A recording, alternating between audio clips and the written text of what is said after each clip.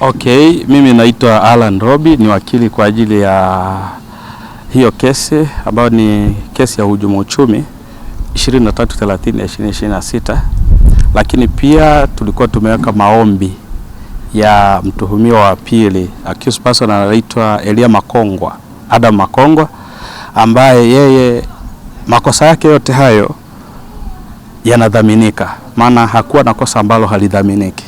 Kwake kulikuwa na kosa linalo, yaani yeye kwake dhamana anakubaliwa.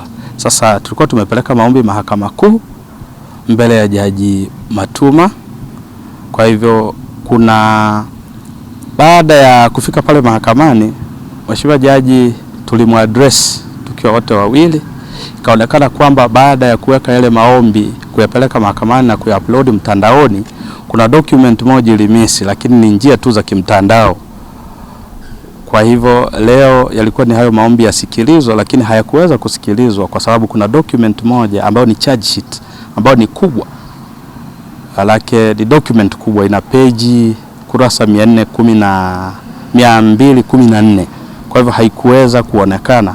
Kwa hivyo akawa ameomba to refile, yaani tuirudishe ili ndugu Elia Makongwa aweze kupata dhamana.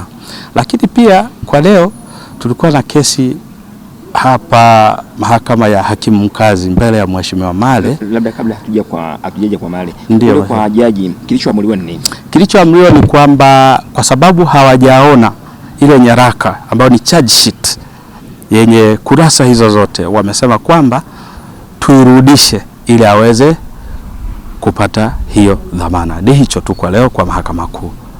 Baada ya hapo tukarudi kwa Mheshimiwa Male ambapo wote walikuwepo, tumesikiliza. Ilikuwa ni kutajwa tu na kupata taarifa ya msingi kuhusiana na majadiliano ambayo tulikuwa tumeandika barua ya plea bargaining kwamba tupo tayari, wateja wapo tayari kufanya majadiliano na serikali kwa kiasi ambacho wanakiomba, waone wanaweza wakalipa kiasi cha shilingi ngapi. Ila kwa leo tunamshukuru pia Mungu, barua tuliyoiandika imekubaliwa. Wamekubali kwamba tarehe 4 mwezi wa 3 2026 tutapata nafasi ya kukaa na kujadiliana. Maanake wamekubaliana na maombi yetu kwamba hawa watuhumiwa wapo tayari kufanya majadiliano na serikali na jamhuri.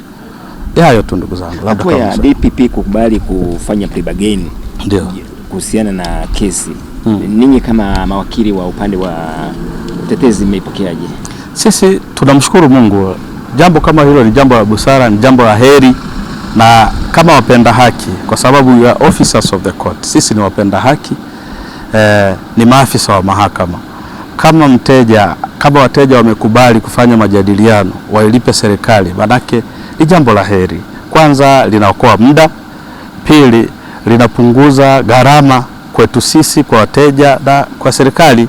Kwa hivyo ni jambo la heri ambalo tuna encourage liendelee kufanyika. Hatujafanya makusudi, kwa sababu wakati unamtetea mteja, ukipewa instruction, yaani ukipewa nafasi ya kumtetea mteja, lazima uchukue hatua stahiki zote. Na tulichokifanya, tulikuwa tumeandaa maombi yale yapo under extreme, hati ya dharura, kuna chamber summons na kuna kiapo kwenye ile attachment, kwa sababu ni ile charge sheet. Nimesema ile document, ile nyaraka ni kubwa, mtandaoni huwa kuna changamoto, kwa hivyo hawakuiona. Kwa hivyo wameomba tuirudishe, tuiweke ile document vizuri waione. Kwa hivyo walikuwa hawajaiona, kwa hivyo wame struck out. Tunasema ni struck out, sio kufuta. Striking out with leave to refile. Nitakujibu kiustaarabu sana. Ni kwamba leo kulikuwa na kesi mbili. Asubuhi wakati tunaingia, baada tuanzie huku chini, tukawa tumeitwa, yani baada tuanzie kwa Mheshimiwa Male ambayo ni mahakama ya hakimu mkazi, ambaye alikuwa hajatuita bado, tukawa tumeitwa Mahakama Kuu kwa ajili ya dhamana ya mshtakiwa wa pili. Kwa vile tulikuwa tumepanda kule juu, wakawa wameitwa huku. Ilikuwa ni bahati mbaya kwa leo, lakini tumefika. Nimehakikisha kwamba kila kitu kilikuwa sawa, na tarehe ambayo imeahirishwa mpaka hiyo tarehe 4 mwezi wa 3 nimeyaweka yale mambo sawa, hamna kilichoharibika. Kwa hivyo amewakilishwa tu vizuri. Wakili yupi? Kwa leo kwa sababu nimeshajibu kwamba nilikuwa Mahakama Kuu, yeye ameitwa tukiwa kule juu. Kwa hivyo leo hakuwakilishwa na mtu yoyote kwa upande wangu mimi, kwa upande wetu mimi. Lakini kwa upande wa serikali nimefika nikawakuta mle ndani bado, tukajadiliana mawili matatu tukayaweka sawa. Hakukuwa na tatizo lolote na ameridhia na mimi nimeridhia.